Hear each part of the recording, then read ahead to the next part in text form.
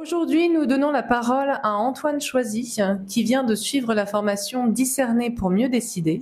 Aujourd'hui, il nous partage ce qu'il y a découvert sur sa manière de décider, son rapport à l'incertitude et la manière dont une pratique structurée du discernement peut transformer la posture du dirigeant. Antoine, du coup, est-ce que tu peux te présenter en quelques mots ? Eh bien, bonjour, je m'appelle Antoine, j'ai 38 ans, je suis entrepreneur depuis 4 ans et membre des EDC depuis 3 ans. Voilà, et c'est finalement au bout de 4 ans d'entrepreneuriat que j'ai décidé de faire cette formation. Je suis sûr que je suis le meilleur entrepreneur et le meilleur dirigeant du monde, mais quand même, comment au bout de 4 ans, on se pose les bonnes questions dans notre quotidien.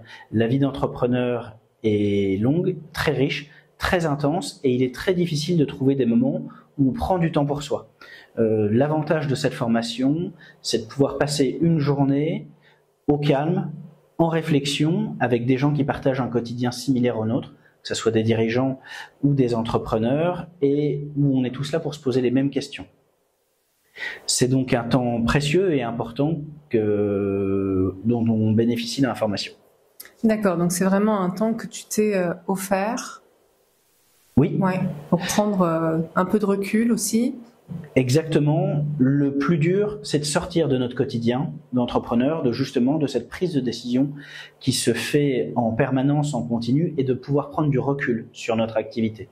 Le fait de pouvoir échanger une journée entière avec des dirigeants et des entrepreneurs qui ont les mêmes problématiques que nous offre un temps et un enrichissement incroyable. Et qu'est-ce que cette formation t'a appris sur toi-même en tant que décideur ?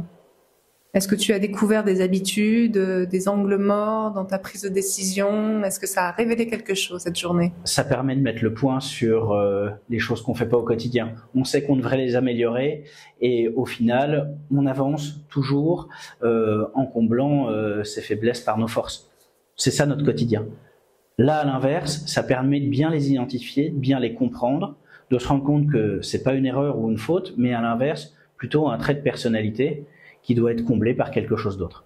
D'accord. Et est-ce qu'il y a un moment marquant dans la formation que tu retiens particulièrement ? La journée de formation est animée avec des petits cas pratiques où sortent de petits exercices. Et le premier exercice était un exercice de mise en situation dans lequel je dois dire que je suis allé droit dedans à la première question. En tout cas, je l'ai perçu comme ça, et m'a complètement fait relativiser ma façon dont j'aurais géré l'urgence dans mon quotidien.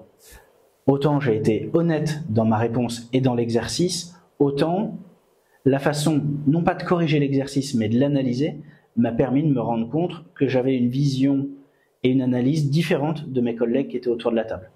Okay.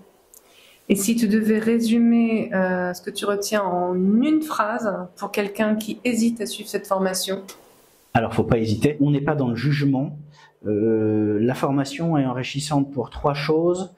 Les pairs qui nous entourent, la qualité de l'intervenant et encore et surtout l'honnêteté et la transparence dans l'échange.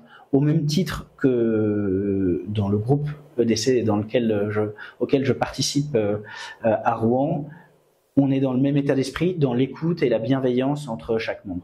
Le partage crée cette émulsion intéressante qui fait que la journée est très enrichissante. Merci Antoine. Merci Mario.